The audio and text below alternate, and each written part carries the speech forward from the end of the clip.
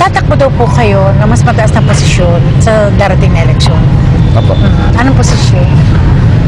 12 years in Sangguniang Panlalawigan. Maraming bukal na po ako nakasama. 5 vice governor na nakasama ko sa Sangguniang Panlalawigan. Siguro sa bukal mahigit ng 40. Tinitingnan ko po na yung aking experience bilang board member has already honed me to become an effective vice governor. In the aspects of the provisions of the law, which is very important, but also, more importantly, in terms of how to deal with the members of the Sangguniang Panlalawigan.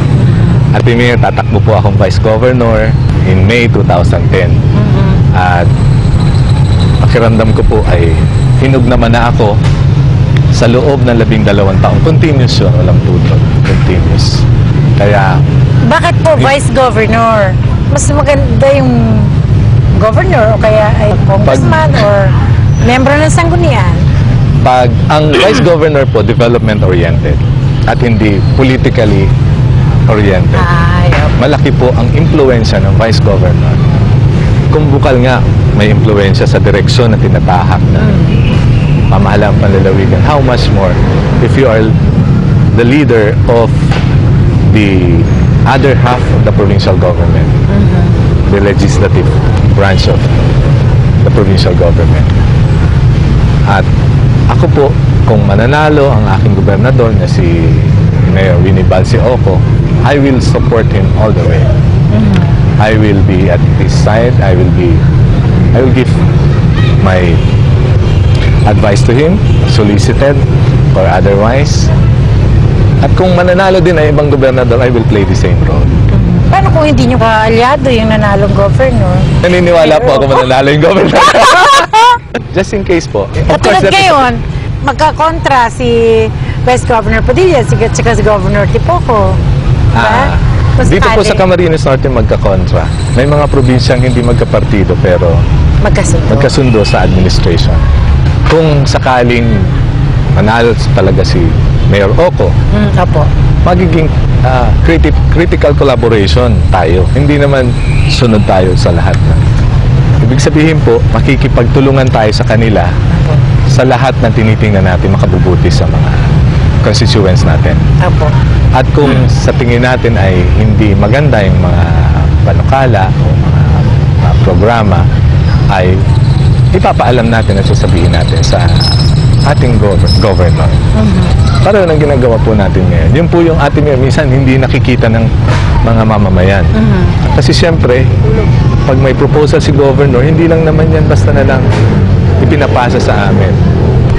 Nag-uusap na before i-present sa Sangguniang Panlalawigan. Kung yan ay development programs, dumaan na yan sa Provincial Development Council at doon nangyayari yung usapan. Hindi po nagtingala lang si Governor Tipoco tapos pag tungo niya ay hindi po ganun natin ngayon. Lahat po yan mayroong mga project design at may mga studies. Lahat yan, even the smallest project, even the smallest activity, lahat po yan ay mayroong kaakibat na project design. Yan po yung trabaho ng Provincial Planning and Development Coordinator. So, critical collaboration po, hindi sunod-sunuran. Pero sa lahat ng mabuti ay ipaglalaban kung makakabuti sa mga mga. Anong may tutulong nyo sa mga kababayan natin sa Camarines Norte kung kayo Vice Governor? That is a very difficult question kasi direct po yan eh. Ang tanong ay, ano may tutulong? So, I suppose that is direct. Ang dilema po ng Vice Governor, he is almost a governor but not yet. So, pagkapukpok mo, pasa na po yun sa executive para mag-implement. So, walang ini-implement ang Sangguniang Panlalawigan at ang Vice Governor's Office. So, wala siyang tangible na pwedeng maituro other than the legislations that they are passing or enacting sa Sangguniang Panlalawigan. So, doon po siguro, we will play a great role sa enactment ng ordinances and resolutions.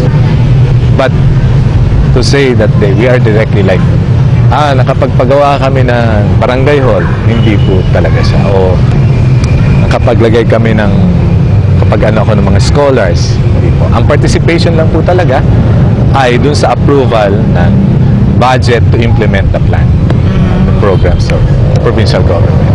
Yun po yung challenge sa mga legislators. Opo. Kung paano ka magiging relevant sa mga constituents. Kasi sa pananaw po ng constituents, parang insignificant yung sanggunian.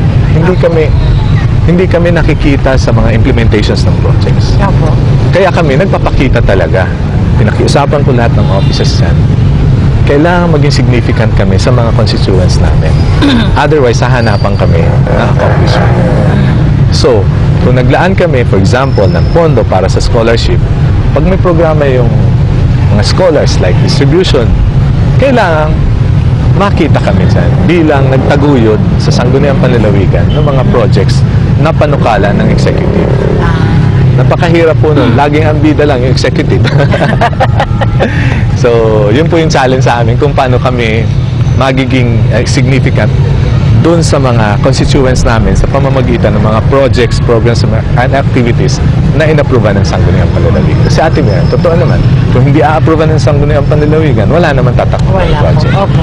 Pero bakit naman din namin i-apruban kung makikinabang naman ng tao?